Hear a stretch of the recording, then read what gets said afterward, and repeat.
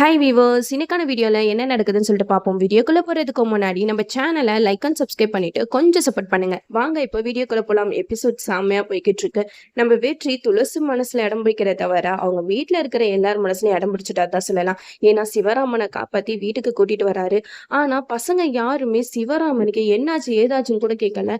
அதுக்குள்ள ட்ராமா போட ஆரம்பிச்சிடுறாங்க. ஏன்னா சிவராமனுக்கு வந்திருக்க பென்ஷன் பணத்தை பற்றி தான் எல்லாரும் பேசிக்கிட்டு இருக்காங்க. அந்த 25 லட்சத்தை எப்படியாவது வாங்கி அப்படின்னு சொல்லிட்டு மனோஜ் வந்து பிளான் பண்ணிக்கிட்டு இருக்காரு.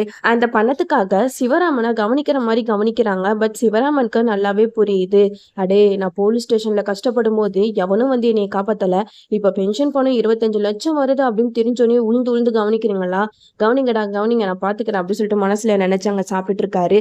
இட்லிக்கு சாம்பார் ஊத்துறதும் சட்னி வைக்கிறோம் அப்பப்பா என்னென்னலாம் பண்ணிக்கிட்டு இருக்காங்க. இந்த சைடு நம்ம வெற்றி துளசியை தான் காட்டுறாங்க. வெற்றி வந்து துளசியவே பாத்துக்கிட்டு இருக்காங்க. இவ்வளோ வேலை பண்ணிருக்கோம், ஒரு தேங்க்ஸ் சொல்றாளா பாரு அப்படின்னு சொல்லிட்டு துளசியை பார்த்துக்கிட்டு இருக்காங்க. ஆனா துளசி வந்து வெற்றி மேல செம்ம கோவத்துலதான் இருக்காங்க. அவங்களுக்கு என்ன பண்ணாலும் இப்போதைக்கு வெற்றி மேல இருக்கிற கோவம் துளசிக்கு குறையவே குறையாது. நம்ம துளசி வந்து வீட்டுக்கு கிளம்பும் போது வெற்றி வந்து சொல்றாங்க, என்ன துளசி இப்பயாவது என் மேல இருக்கிற கோவம் குறைஞ்சிருச்சா அப்படி சொல்லிட்டு கேட்க, உடனே துளசி சொல்றாங்க, நான் வந்து எப்பயும் போலதான் இருக்கேன், நீங்க இப்படியெல்லாம் பண்றனால உங்க மேல இருக்கிற கோவம் எனக்கு குறைஞ்சிருச்சுன்னு அர்த்தம் இல்லை அப்படின்னு சொல்ல, அதுக்கு வெற்றியும் சொல்றாங்க, நானும் அப்படிதாங்க, நானும் எப்பயும் போலதான் இருக்கேன், ஃபர்ஸ்ட் உங்க கூட நான் எப்படி ஃப்ரெண்ட்லியா இருந்தோம் அதே மாதிரிதான் இப்போ இருக்கேன் அப்படின்னு சொல்ல, அது கேட்ட துளசி வந்து, ஆமா என் கழுத்துல தாலி கட்டி என் வாழ்க்கையவே நாசம் பண்ணிட்டீங்களே, எனக்குன்னு ஒரே ஒரு ஃப்ரெண்டு தான் இருந்தாங்க, பட் அதுவும் நீங்கன்னு நினைக்கும் போதுதான் எனக்கு அதை ஏத்துக்கவே முடியல அப்படின்னு சொல்லிட்டு துளசி வந்து ஓவரா பேசிக்கிட்டு இருக்காங்க. சரி சரி பழசெல்லாம் ஆரம்பிக்காதீங்க, வாங்க வீட்டுக்கு போலாம் அப்படின்னு சொல்லிட்டு தியா துளசி இவங்க 2 பேரையும் வீட்டுக்கு கூட்டிட்டு போயிட்டு இருக்காங்க. இந்த பக்கம் மகேஷ் வந்து கேக்கெல்லாம் எடுத்துக்கிட்டு அந்த சீக்ரெட் ரூம்குள்ள தான் போறாங்க. அங்க போயிட்டு முருகனோட அம்மா கிட்ட கேக்கெல்லாம் வச்சு அதுல மெழுகுபத்தி எல்லாம் பொருத்தி ஊது ஊது அப்படின்னு சொல்லிட்டு சொல்றாங்க. அப்போ முருகனோட அம்மா பயந்துகிட்டே பாத்துட்டு இருக்காங்க. அவங்க முகத்துல இருக்கிற மாஸ்க கலட்டிடுறாங்க. அப்போ அவங்க ஊதாம பயந்து நடுங்கி பாத்துக்கிட்டு இருக்காங்க. அப்போ மகேஷ் சொல்றாங்க, ஏன் இப்படி எல்லாம் பண்றேன்னு பாக்குறியா, உனக்கு இன்னைக்கு பிறந்த நாள், அதுக்காக தான் நான் கேக்கெல்லாம் எடுத்துட்டு வந்திருக்கேன், ஒழுங்கா ஊது அப்படின்னு சொல்றாங்க. ஆனா அவங்க எதுவுமே பண்ணாம அப்படியே பயந்து பார்த்துக்கிட்டே தான் இருக்காங்க. மகேஷ்க்கு செம்ம கோவம் வருது. இருந்தாலும் அதை வெளிக்காட்டிக்காம தான் இருக்காங்க. ஏன்னா அவங்களுக்கு இன்னைக்கு பர்த்டேங்கிறனால அவங்கள எதுவும் நம்ம பண்ணக்கூடாது அப்படின்னு சொல்லிட்டு மகேஷ் வந்து பொறுமையா பேசிக்கிட்டு இருக்காங்க. கேக்கை வெட்டி ஹாப்பி பர்த்டே டு யூ அப்படிலாம் சொல்லிட்டு அவங்களுக்கு கேக் ஊட்டி விட்டுட்டு இருக்காங்க. அப்போ மகேஷ் வந்து அவங்க கிட்ட சொல்றாங்க, இங்க பாரு, உனக்கும் எனக்கும் முருகனுக்கும் 3 பேருக்கும் என்ன தொடர்பு இருக்குன்றது வெளி உலகம் யாருக்குமே தெரியக்கூடாது, உன் கடைசி காலம் வரைக்கும் நீ இங்கதான் இருக்கணும் அப்படின்னு சொல்ல, இதை கேட்ட முருகனோட அம்மா வந்து பயங்கரமா அழுகுறாங்க. இல்ல அது நடக்கவே கூடாது, அது நடக்கவே கூடாது அப்படின்னு சொல்லிட்டு அழுகுறாங்க.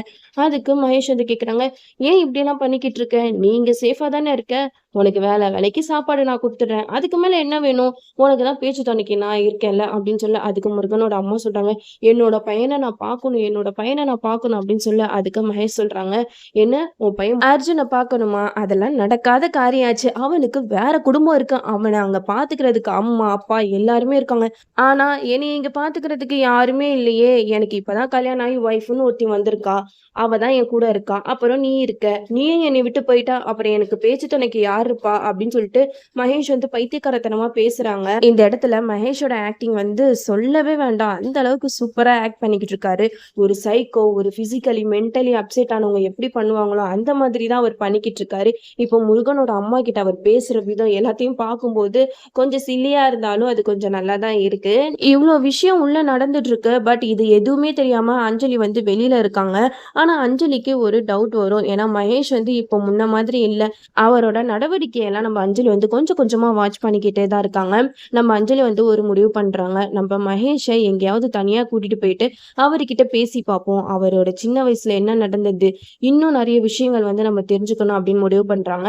அஞ்சலி மகேஷை தேடுறாங்க. பட் மகேஷ் வந்து வீட்டுல எங்கேயுமே இல்லை. அப்ப அஞ்சலி நினைக்கிறாங்க, வீட்டுல தானே இருந்தாங்க, வீட்டை விட்டு அவர் வெளியிலயும் போக மாட்டாரு, அப்படி வீட்டுக்குள்ள என்னதான் பண்றாரு அப்படின்னு சொல்லிட்டு ஒரு ஒரு ரூமா மகேஷ்னு தேடிக்கிட்டு வராங்க. அப்போ அவங்களோட சவுண்டை கேட்டு முருகனோட அம்மா அப்படியே பாக்குறாங்க, என்ன அஞ்சலி வந்து உன்னை காப்பாத்த வருவான்னு நினைச்சுக்கிட்டு இருக்கியா, இங்க நீ உள்ள இருக்கிறது அவளுக்கு தெரியவே தெரியாது அப்படின்னு சொல்லிட்டு மகேஷ் சொல்றாங்க. அதுக்கு முருகனோட அம்மா அழுகுறாங்க, எக்காரணத்து கொண்டோம் நீ இங்க இருக்கிற விஷயம் மட்டும் அஞ்சலிக்கு தெரிஞ்சது அப்புறம் என்ன நடக்கும்னு நான் சொல்ல மாட்டேன், உனக்கே என்னை பத்தி நல்லா தெரியும், உன் உடம்புல இப்ப மிச்சம் இருக்கிறது உயிர் மட்டும்தான், அதையும் நான் எடுத்துருவேன் அப்படின்னு சொல்லிட்டு முருகனோட அம்மாவை பயங்கரமா மிரட்டுறாங்க. இதெல்லாம் கேட்ட முருகனோட அம்மா பார்க்கும்போது ரொம்பவே பாவமா இருக்கு. அஞ்சலி தேடுறதை பார்த்துட்டு மகேஷ் வந்து அந்த சீக்ரெட் ரூம்குள்ள இருந்து நைஸா வெளியே வெளியில வந்துடுறாரு. அப்போ நம்ம அஞ்சலி வந்து பாத்துடுறாங்க. மகேஷ் கிட்ட கேக்குறாங்க, எங்க மகேஷ் போனீங்க இவ்வளவு நேரம்? உங்களை நான் தேடிக்கிட்டு இருந்தேன், எங்கேயுமே காணோம் அப்படின்னு சொல்ல. அதுக்கு மகேஷ் சொல்றாங்க, இல்ல நான் இந்த ரூம்ல கொஞ்சம் கிளீனிங் வேலை பண்ணிட்டு இருந்தேன் அப்படின்னு சொல்றாங்க. அதுக்கு அஞ்சலி கேக்குறாங்க, இந்த ரூம்ல நான் எப்பவுமே நோட் பண்ணிருக்கேன், ஒரு பூனை கத்துற மாதிரி சவுண்ட் கேட்கும். ஆனா இது வரைக்கும் நான் உள்ள போய் பார்த்ததே இல்ல அப்படின்னு சொல்லிட்டு மகேஷ் கிட்ட அஞ்சலி சொல்றாங்க. அதுக்கு மகேஷ் சொல்றாங்க, ஆமா அஞ்சலி, இது உள்ளக்க வந்து ஸ்டோர் ரூம் இருக்கு. இதுல பூனைங்கெல்லாம் ஜன்னல் வழியா எகிரி குதிச்சுட்டு வரும். அதனாலதான் உனக்கு பூனை கத்துற மாதிரி சவுண்ட் கேட்டிருக்கு அப்படின்னு சொல்லிட்டு மகேஷ் வந்து மழுப்புறாங்க. ஆனா நம்ம அஞ்சலிக்கு வந்து டவுட் வருது. இல்ல இந்த சீக்ரெட் ரூம்குள்ள மகேஷ் வந்து ஏதோ ஒரு விஷயத்த மறைக்கிறாங்க அப்படின்னு சொல்லிட்டு அஞ்சலிக்கு டவுட் வருது. இந்த சீக்ரெட் ரூம்குள்ள இருந்து வெளியில வரத நம்ம அஞ்சலி பார்த்துட்டாங்க இல்லையா? அடுத்து வந்து அந்த சீக்ரெட் ரூமை தான் நம்ம அஞ்சலி வந்து என்ன இருக்கு சொல்லிட்டு தேடி பார்க்க போறாங்க. பட் அதுக்கான சாவி வந்து நம்ம மகேஷ் கிட்ட தான் இருக்கு. இதுலதான் அஞ்சலிக்கு பயங்கரமா டவுட் வருது. இதுக்கான சாவிய பொதுவா வைக்காம எதுக்கு மகேஷ் வந்து அவங்க கிட்டே ஒளிச்சு ஒளிச்சு வச்சிருக்கிறாங்க? அப்போ சம்திங் ராங், ஏதோ ஒண்ணு இருக்குன்னு சொல்லிட்டு அஞ்சலி வந்து கன்ஃபார்ம் பண்ணிடுறாங்க. ஏன்னா இவ்வளவு நாள் முருகனோட அம்மாவை காட்டல, இப்பதான் காட்டுறாங்க. இப்ப காட்டுறாங்கன்னா அதுக்கான காரணம் வந்து நம்ம அஞ்சலி தான் அவங்கள காப்பாத்த போறது. எப்படியாவது நம்ம அஞ்சலி வந்து சீக்கிரம் முருகனோட அம்மாவை காப்பாத்திரணும். இந்த சைடு நம்ம மகேஷ் கிட்ட அஞ்சலி சொல்றாங்க, மகேஷ் நம்ம வந்து வெளியில போய் ரொம்ப நாள் ஆச்சு, வரீங்களா? நம்ம எங்கேயாவது தனியா ரொம்ப தூரம் போயிட்டு வரோம் அப்படின்னு சொல்லிட்டு கூப்பிடுறாங்க. அதுக்கு மகேஷ் சொல்றாங்க, எனக்கு ஆபீஸ்ல வேலைலாம் இருக்கு அஞ்சலி, இதை போட்டுட்டு நான் எப்படி வருது அப்படின்னு சொல்லிட்டு கேட்கறாங்க.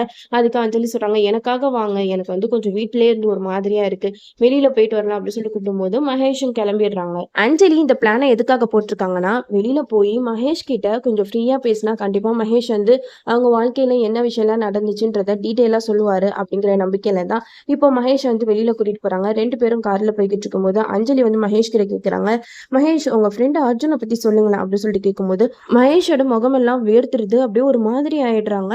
அப்போ அஞ்சலி கேட்கறாங்க, என்னாச்சு மகேஷ் உங்களுக்கு? நான் உங்க ஃப்ரெண்ட் அர்ஜுனை பத்தி தானே கேட்டேன், அதுக்கு எதுக்கு நீங்க இவ்வளவு நர்வஸ் ஆகுறீங்க அப்படின்னு சொல்லிட்டு அஞ்சலி கேட்க, அதை கேட்ட மகேஷ் வந்து, அதுக்கு இல்ல அஞ்சலி, இப்ப என்னோட ஃப்ரெண்ட் எல்லாம் எங்க இருக்காங்கன்னே தெரியல, எல்லாம் ஆசிரமத்துல இருந்து வெளியில போகும்போது அவங்களுக்கான பெஸ்ட் ஃபியூச்சரை தேடி போயிட்டாங்க அப்படின்னு சொல்லிட்டு மகேஷ் சொல்றாங்க. மகேஷ்க்கு அர்ஜுனோட பேரை சொன்னாலே ஏன் நடுக்கம் வருதுன்னா, ஏன்னா அவங்களோட சொத்தை தானே இப்ப நம்ம மகேஷ் வந்து அனுபவிச்சுக்கிட்டு இருக்காங்க.